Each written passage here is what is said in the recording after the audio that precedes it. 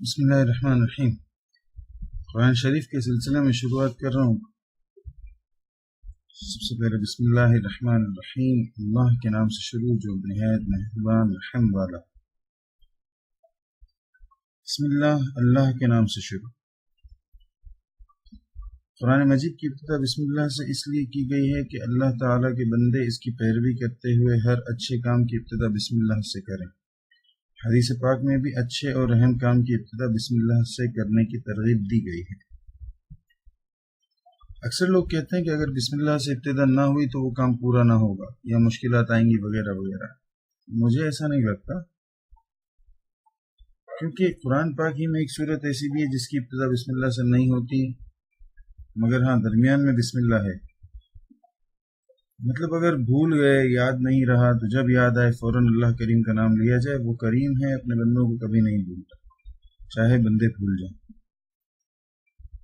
الرحمن الرحیم، جو بہت مہربان رحمت والا۔ اللہ تعالیٰ نے اپنی ذات کو رحمان الرحیم فرمایا تو یہ اس کی شان سے بعید ہے کہ وہ رحم نہ فرمائے۔ یہی میں نے پیچھے گزارش کی کہ یعنی اگر میں کسی چیز کے کسی کام کے شروع میں بسم اللہ نہ پڑھوں تو میرا وہ کام نہیں ہوگا، ایسا نہیں ہوگا۔ وہ کریم ہے اور بہت رحمان الرحیم ہے، میرے تو سب کام وہ کرتا ہے، ہو جاتے ہیں۔ جہاں نہیں ہوتے وہاں میری اپنی کوئی غلطی ہوتی ہے، اس لیے نہیں ہوتا کہ بسم اللہ نہیں پڑھی تو میرا کام نہیں ہوا، نہیں، کوئی نہ کوئی میری غلطی ہوتی ہے۔ یہی ہمیں سمجھنا چاہیے۔ ہم اپنی ناکامیوں کو قسمت اور اللہ تعالیٰ کی ذات کی طرف منسوب کر دیتے ہیں، اور حماقت یہ ہے کہ کامیابیوں کو اپنی محنت اور اپنے عمل پہ لے جاتے ہیں۔ یہاں تھوڑا لگتا ہے کہ ایک غلطی تو ہمیں ملتی ہے کہ کامیابی میرے رب کا احسان ہے اور ناکامی میں میری کوئی پریکٹیکل کوئی عملی غلطی ہے، مجھے اسے ڈھونڈنا چاہیے۔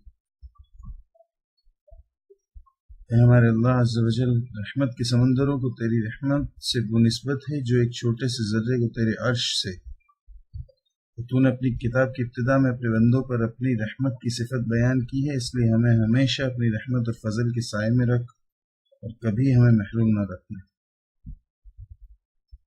یہ دعا کرنی چاہیے ہمیشہ، اور وہ محروم رکھتا نہیں۔ ہم اپنے ہاتھوں سے اپنا نقصان کرتے ہیں، وہ ہمیں کبھی چھوڑتا نہیں ہے، وہ پھر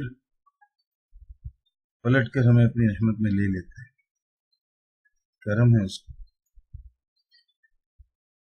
الحمدللہ رب العالمین، سب خوبیاں اللہ کو جو مالک سارے جہان والوں کا ہے۔ الحمدللہ، سب تعریفیں اللہ کے لیے ہیں، یعنی ہر طرح کی حمد اور تعریف کا مستحق اللہ تعالیٰ ہے، کیونکہ اللہ تعالیٰ کمال کی تمام صفات کا جامع ہے۔ حمد کا معنی کسی کی اختیاری خوبیوں کی بنا پر اس کی تعریف کرنا، شکر کی تعریف ہے کسی کے احسان کے مقابلے میں زبان، دل یا اعضاء سے اس کی تعظیم کرنا۔ ہم چونکہ اللہ عز و جل کی حمد عام طور پر اس کے احسانات کے پیش نظر کرتے ہیں، اس لیے ہماری یہ حمد شکر بھی ہوتی ہے۔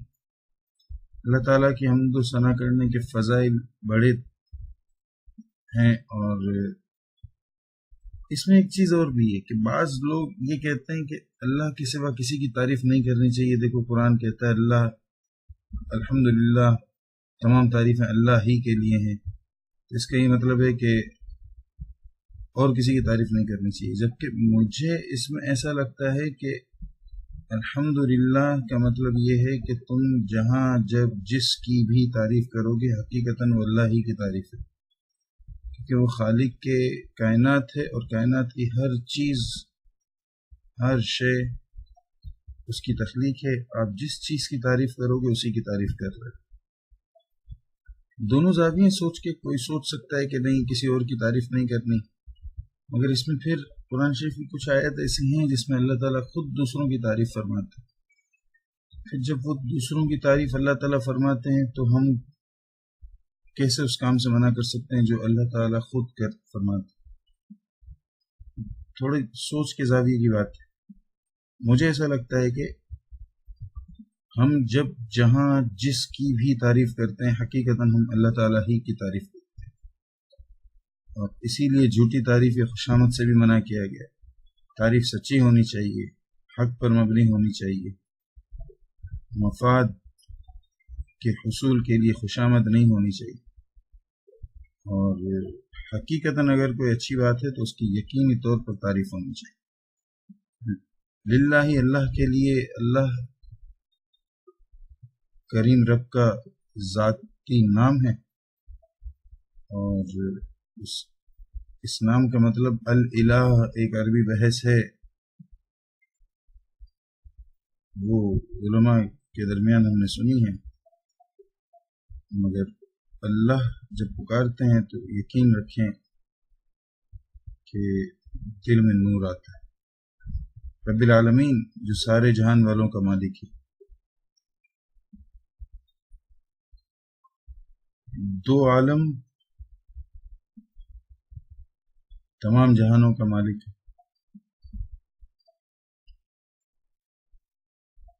کائنات کی ہر شے کا، ہر خلقت کا، ہر مخلوق کا وہ مالک ہے.